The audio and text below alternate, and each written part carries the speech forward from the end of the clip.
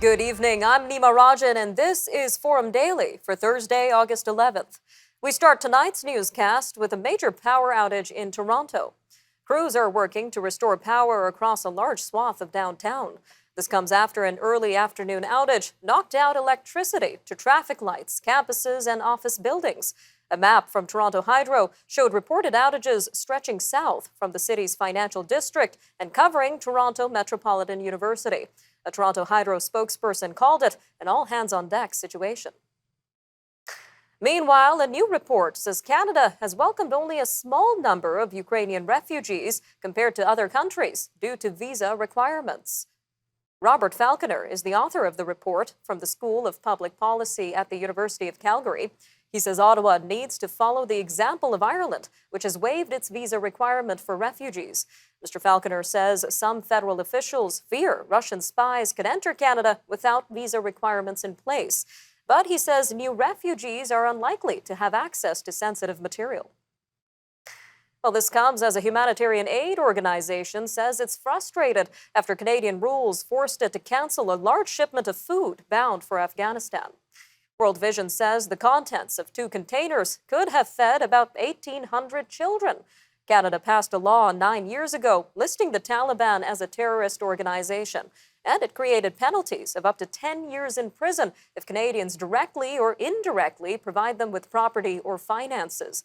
Aid agencies working in Afghanistan say the law is impeding their work. This is because they cannot help anyone who may have official dealings with what is now the Afghan government. All right, moving to a recent forecast by Desjardins, which has some good news for home buyers.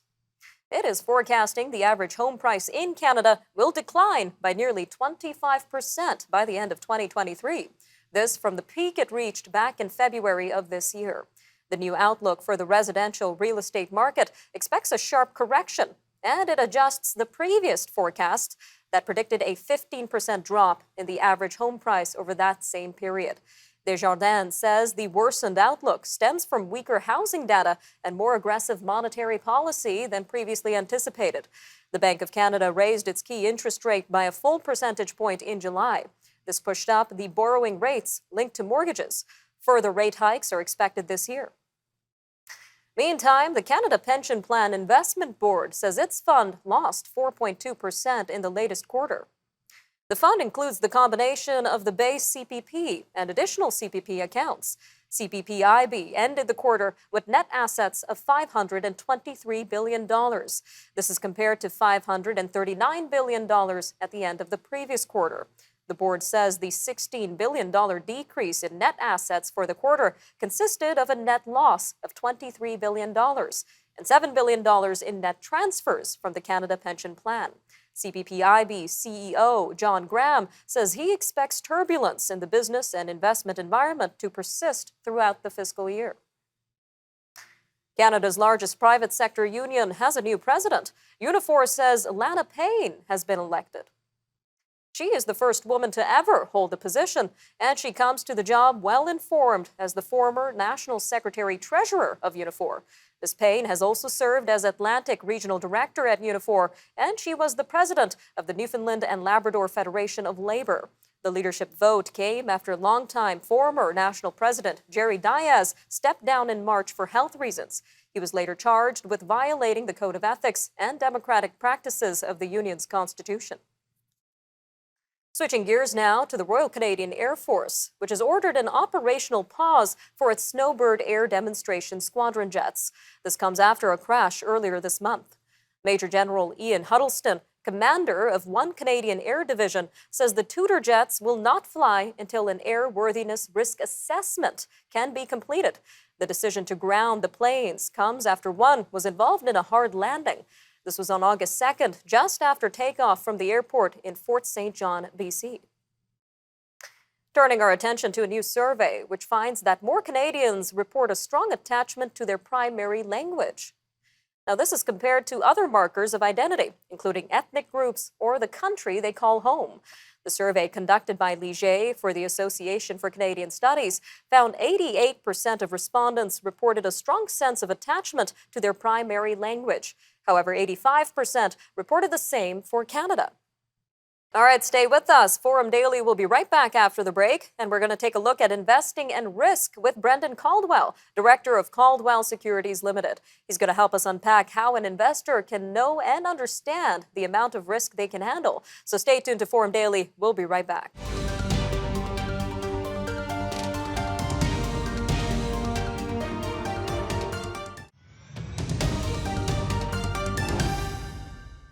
People entering the world of investing should expect to take on some level of risk, regardless of what type of investment it is. However, it's the degree of risk that investors are willing to take that can make the difference between the jackpot and misfortune. All kinds of investments carry some sort of risk. Even insured investments come with inflation risk.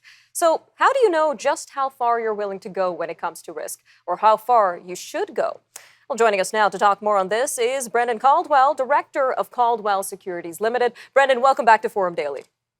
Thank you, Nima. Thank you for having me back. Now, there are a lot of people that love to take risk and others that are considered risk adverse. So how can individuals know and understand the amount of risk they can actually take? Well, I think the first thing they need to do is figure out what they mean by risk. So people will come to us and say, I don't mind taking some risk. And what they mean by that is they just want to make a lot of money, and they've got it backwards in their brain that because investments that grow are more risky than investments that are guaranteed, that they figure that if they take a bunch of risk, they're going to make even more money. And that's not quite how it works. So people need to spend some time thinking about what is it that I'm risking? What is the thing that I am most afraid of losing? And you can say, well, my money. Well, we can unpack that probably as the conversation goes along. But whether you're risking money today or risking money in the future, everybody's taking some sort of risk with whatever decision they make, even if it's a so-called guaranteed investment. Sounds like a lot to consider, Brendan. So let's break this down for our viewers, especially if they're new to investing. What exactly is risk tolerance? Well, most people think of it as meaning the market going up or down. So the market was a bit of a swoon this summer, seems to be rebounding. And I think you ask me often, is it a good time to invest? And I say it's always a good time to invest. I get the feeling that if you've got something to invest now, it's probably good to get started because it really does feel like it's rebounding now. Besides that, most people talk about risk tolerance in terms of the market or stocks going up or down. But what is one's tolerance for risking the possibility that you not have enough money or income in the future to live the life that you want to live? That's a risk too, but not one that people generally mean when they talk about their risk tolerance. Sounds like a very important decision to make. And risk tolerance itself isn't really a black and white issue. There's many levels to risk tolerance. So tell us a little bit more about the types of risk tolerance out there. Well, again, most people are looking at it from the perspective of what are the chances I'm going to lose my money and never get it back? That's what most real people mean about like risk. And you should seek to minimize that risk. You don't want to lose all your money because once you're out of chips, it's very hard to get back in the game. But if you mean by risk, what is the chances that this could go down 10%, down 5%, even down 20%, you still got most of your chips in the game and the opportunity to come back still exists, particularly if you're adding to your investments every month. And I would say for the large majority of people, particularly people still in their earning years, that adding to their investments a little bit every month, whether it's $100 or $500, $1,000 or $5,000 a month, will make the difference and overcome by the strength of dollar cost averaging, by buying more when the market's down and less when it's up, will actually overcome a lot of the variability that most people mean by when they say risk. Some important advice there. Now, Brendan, we have a risk tolerance, but we also have risk appetite. So what's the difference here? Well, risk appetite there, people are thinking about how much risk in terms of this market going up and down they're prepared to take on. And that's largely geared to the question that I always ask new investors is, what do you want to use the money for? Because I believe very strongly all money is meant to be spent. And if you tell me that you want to buy a house in a year or need to repay a loan in 6 months, then your risk appetite, your actual ability to take on market volatility or stock volatility in a reasonably short period of time, I think should be fairly low. But if you tell me I need this for retirement, I intend to pass this along to the next generation, I need this in 10 or 15 or 20 years, or I have no particular plans, I just wish to build it, well, then I don't think you put all your chips on one bet and hope it works out, unless you're watching, you're watching that spot very, very closely and have some control over the wheel. Another informative interview, Brendan. Thank you again for your time today on Forum Daily.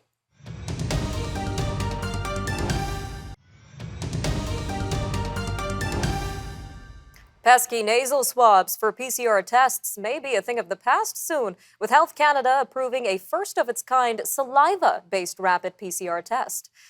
With the uptick in travel, kids returning back to school, outbreaks in retirement and long-term care facilities, testing remains an important tool to help Canadians stay safe.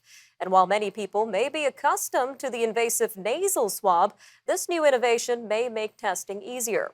The SAL 6830 is a non-invasive saliva-based testing option developed by Microgem and is distributed in Canada by Songbird Life Sciences.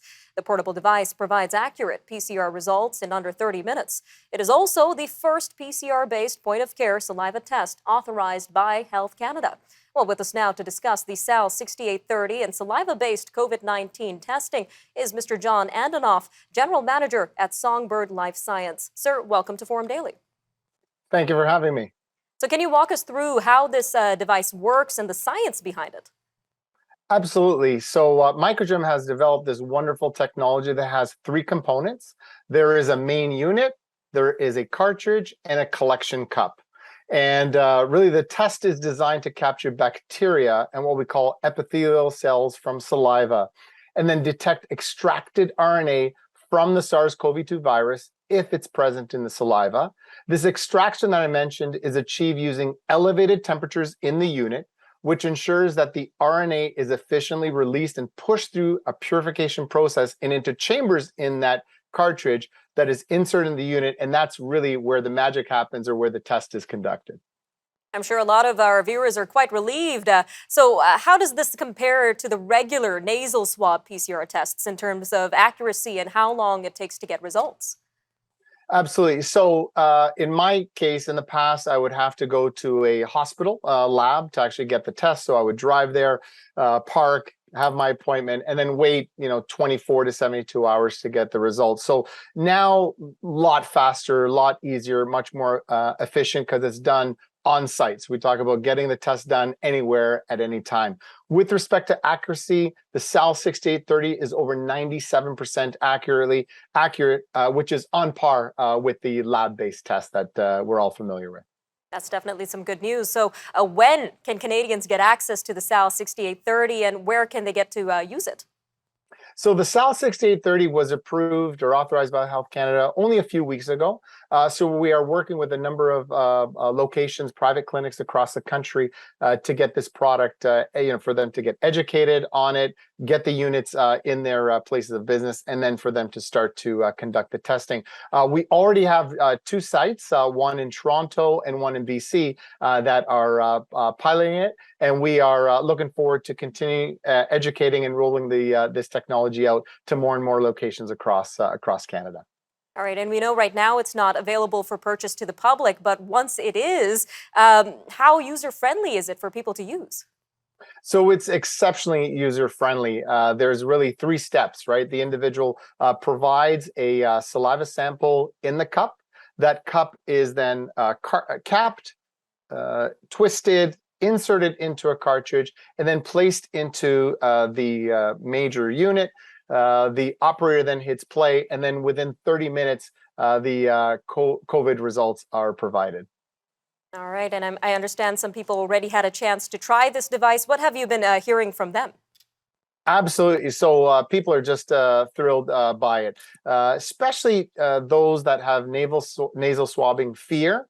like children or nasal swabbing, even fatigue, right? A lot of elderly populations. So we think it's really well suited for children, school-age children, even younger, elderly, vulnerable populations, even those that are in remote communities that may not have access to a lab or to a hospital close by. So the fact that this is a portable device, can literally be used anywhere, anytime, really allows us to screen and protect more and more Canadians.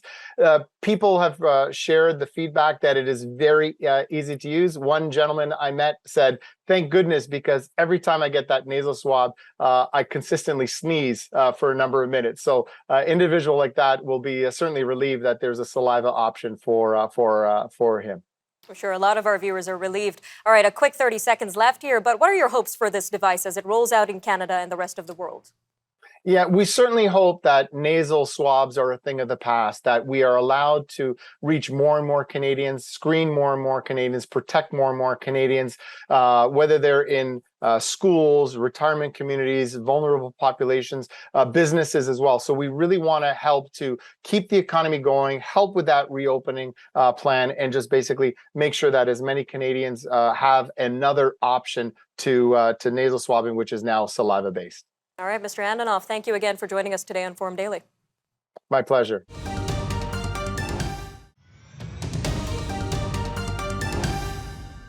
Western nations have heard Ukrainian President Volodymyr Zelensky's renewed calls for help and are pledging to send more arms to Kyiv.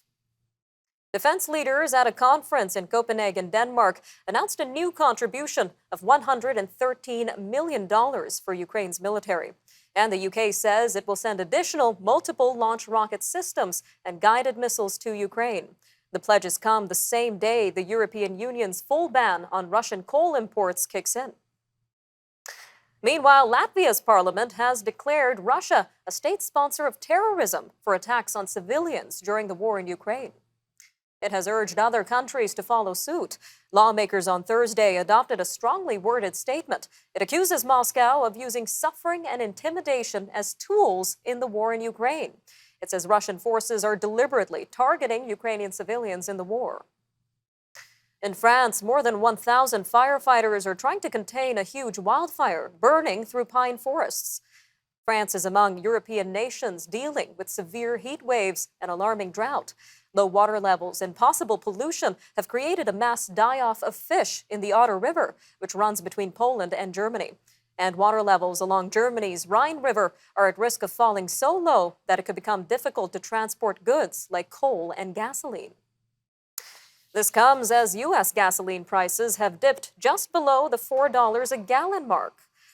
This is the lowest point in more than 5 months. AAA said on Thursday that the national average stands at $3.99. Now that's down 15 cents in just the last week and 68 cents in the last month. Gasoline peaked at around $5.02 a gallon on June 14th. The European Union is reacting to the new U.S. tax credit plan for electric vehicles. It says the plan, aimed at encouraging Americans to buy electric vehicles, could discriminate against European producers and break world trade rules. The Inflation Reduction Act is nearing approval in Congress, and it would grant a tax credit of up to $7,500 to lower the cost of an electric vehicle. To qualify, electric vehicles should contain a battery built in North America with minerals mined or recycled on the continent. But European Commission spokeswoman Miriam Garcia Ferrer said Thursday that the bill is discriminatory and that it's discriminating against foreign producers in relation to U.S. producers. All right, moving to North Korea now, where leader Kim Jong-un has declared victory over COVID-19. This comes just 3 months after acknowledging an outbreak. He claimed the country's widely disputed success would be recognized as a global health miracle. State media added Mr. Kim's sister blamed the outbreak on leaflets flown from South Korea and warned of deadly retaliation. But it's a different story in India, where officials in the capital have reintroduced public mask mandates as COVID-19 cases continue to rise across the country. The New Delhi government on Thursday reinstituted a fine of 500 rupees for anyone caught not wearing a mask or face covering in public. India's health ministry said 16,299 new cases were recorded in the past 24 hours nationwide. This with a positivity rate of 4.58%. Nearly 2,150 infections were reported in New Delhi. Turning to Africa now, where the Public Health Agency says the continent of 1.3 billion people still does not have a single dose of monkeypox vaccine. But it says very advanced discussions are underway with at least two partners. The acting director of the Africa Centers for Disease Control and Prevention says the partners are largely multilateral institutions and non-African governments. He says there are no discussions with the private sector. This is because all available doses have already been bought by other countries. More monkeypox deaths have been reported on the African continent this year than anywhere in the world. McDonald's restaurants will reopen in Ukraine in the coming months. The burger giant closed its Ukrainian restaurants after Russia invaded the country nearly 6 months ago. But it has continued to pay more than 10,000 of its employees in the war-torn country. The first locations to reopen will be in the capital of Kyiv and in western Ukraine. This is where other companies like Zara and Mango are doing business away from the fighting. The Spanish government has flown 294 Afghan refugees from Kabul to Spain. The group includes people who had worked for or helped Spain's military and government officials who were stationed in Afghanistan before the Taliban takeover last year. Spain has carried out 5 evacuation operations over the past year. In total, nearly 4,000 Afghans have moved to Spain since the Taliban takeover. All right, I'm Nima Rajan, and that'll do it for your look at national and international news for today. Take care, Canada. We'll see you next time on Forum Daily News.